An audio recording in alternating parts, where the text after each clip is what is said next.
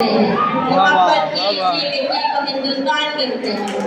जो दुनिया में सुनाई दे उसे कहते हैं खामोशी।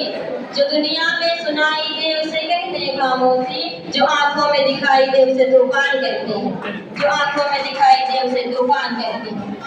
आदरणीय मुख्य अतिथि प्रधानाचार्य जी, मेरे आदरणीय गुरु जी, मेरे छोटे और बड़े भाइयों और बहनों, मैं अफसरुल बानो, क्लास 12 साइंस।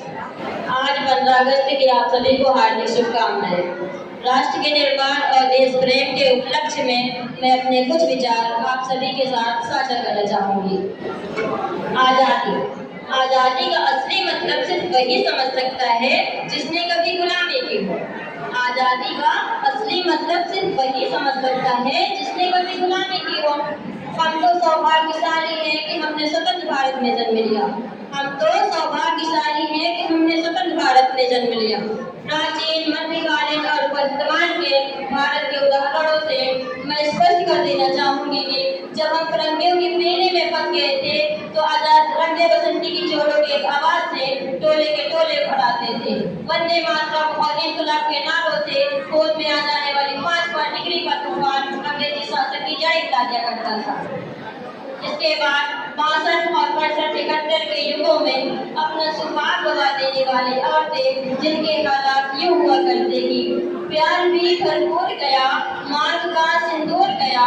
प्यार भी भरपूर गया, मांग का सिंदूर गया। नन्हे ननिहालों की लंगोटियां चली गई, छोटे छोटे बच्चियों की चोटियां चली गई। आपके लिए एक आदमी मरा है साहब, हमारे घर की तो रोटियां चली गई, हमारे घर की तो रोटियां चली गई। इसके बाद मैं नहीं मानती कि फेसबुक, व्हाट्सएप, इंस्टाग्राम की वीडियो को ये लगना ही देशभक्ति है। यदि आप कहेंगे कि वर्ष में 2 बार तिरंगा पकड़ना देशभक्ति है तो मैं आपसे पूछना चाहूंगी, जो फुटपाथ पे रहने वाला बच्चा नंगे पाँव में तिरंगे ट्रैफिक के छांव में जब तिरंगा बेच रहा होता है, क्या ये उसकी देशभक्ति कहेंगे? नहीं, ये उसकी देशभक्ति नहीं, ये उसकी भूख की शक्ति है जो उसे ऐसा करने पर मजबूर कर रही होती है।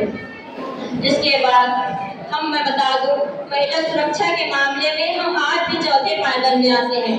हम न ऐसे समाज में जीते हैं जहां पत्थर की मूरत को लगाते हैं 56 वोट, पत्थर की मूरत को लगाते हैं 56 वोट। भूखे नंगे और तड़पते सो जाते हैं लोग, भूखे नंगे और तड़पते सो जाते हैं लोग। चाहे हिंदू पैदा हो, चाहे मुसलमान पैदा हो, चाहे सिख पैदा हो, चाहे ईसाई पैदा हो, परंतु बदकिस्मती से अच्छे इंसान पैदा नहीं होते।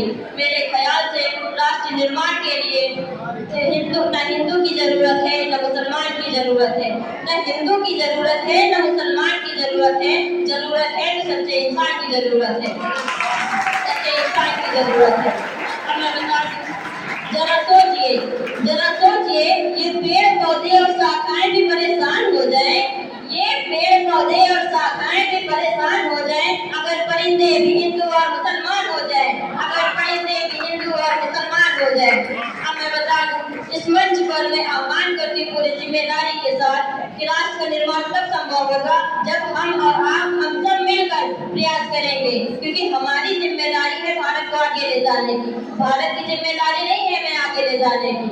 अब मैं अंत में एक बात कहना चाहूंगी, ये बात हवाओं को बताए रखना, ये बात हवाओं को बताए रखना, रोशनी होगी चिरागों को जलाए रखना, रोशनी होगी चिरागों को जलाए रखना।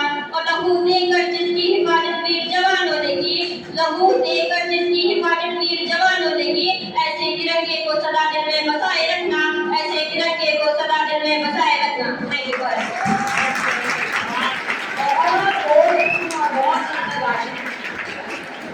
बहुत ही प्रासंगिक तार्किक भाषण दिया इन्होंने।